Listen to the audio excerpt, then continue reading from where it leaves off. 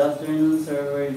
We're here to do network cabling, and yung gamit po namin wire is category 5E. And I'm Francis Alminiana, and this is Jezreel Aragones, and this is Mark Anthony Alawigan. You should start na po. So, ako po yung naka-assign sa straight through, siya po sa crossover. tester.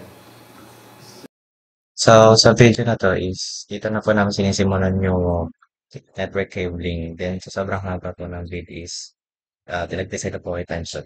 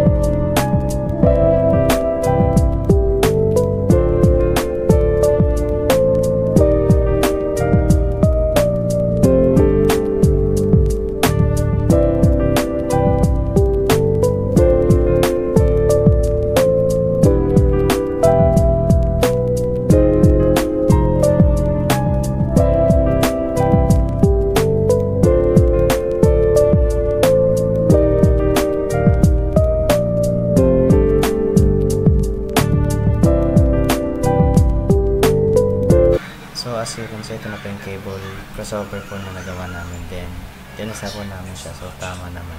So, times 2 ulit na po.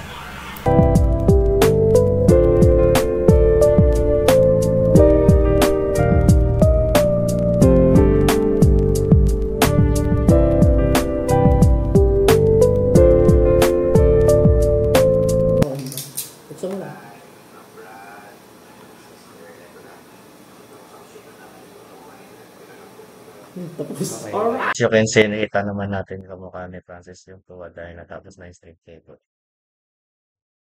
Bye-bye. Ngayon, gusto na.